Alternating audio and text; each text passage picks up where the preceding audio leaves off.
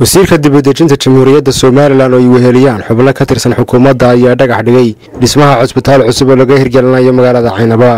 dhismaha cusbitaalkan oo loo dhisayo hab casri ah ayaa waxaa maalgeliyay hay'adda Maxamed bin Rashid Al Maktoum waxaana fulinaysa hay'adda Tamkiin Foundation. ugu horeynba waxaa afka labadaasi hay'adood ku hadlay Axmed Maxamuud Maxamed iyo Maxamed Axmed Cagaweyne oo si wada jir uga warbixiyay dhismaha cusbitaalkan cusub ee laga hirgelinayo magaalada Caynaba.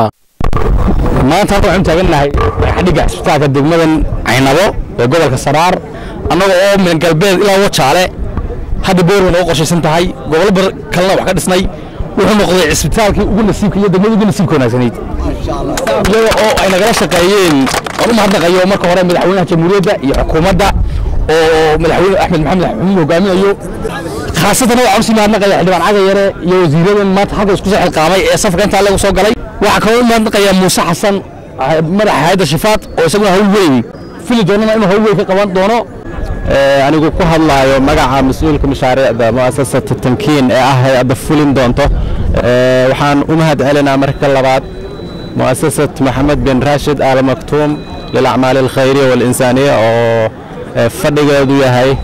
إمارات كعربة رئيس وزراء دولة إمارات كإسلام مركزنا حاكم كإمارات دبي خيرك وكشقينا وتاجينا مركز تجرجار كأمة المسلمين تا وأنو كجماعة علينا يا مسؤولين maamulka gobolka Saraar kuwa degmada Caynaba wasiirka dibadejinta Ali Saciid Rooygal wasiir ku-xigeenka kalluumaysiga Maxamed Xaaji Aadan wasiir dowlaha xanaanada xoolaha Cabdirashiid Riyaaraac iyo wasiir ku-xigeenka amuuraha gudaha Jaamac Cabdullaahi Biin iyo Muuse Xasan Yuusuf oo ku hadlayay afka hay'adda Shifaad ee dhamaantood halkaasi ka cadeeyay in dhismaha cusbitaalkan uu ku yimid siyaasadda madaxweynaha jamhuuriyadda Soomaaliland uu ka leeyahay horumarinta dhanka caafimaadka guud ahaan dalka. marka labaad waxa farxad weyn loo ah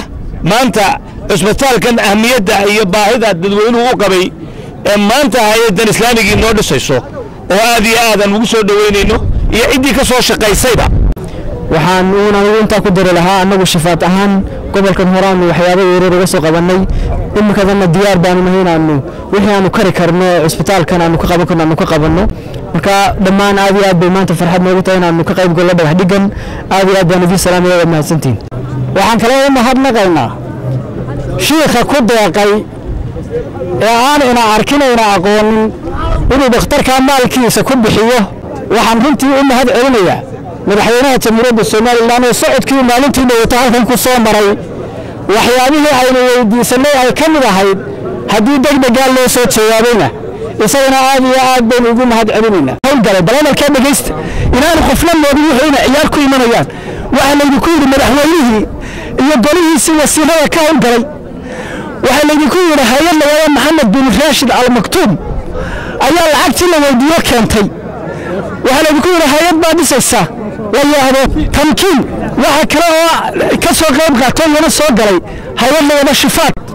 وموسى حسن يوسف وكيل كيهاي وينا Soomaaliland كشقيسو waxa soo galay xildhibaan Cagayare oo hadda meesha kacabka dadka galaba ay tusaya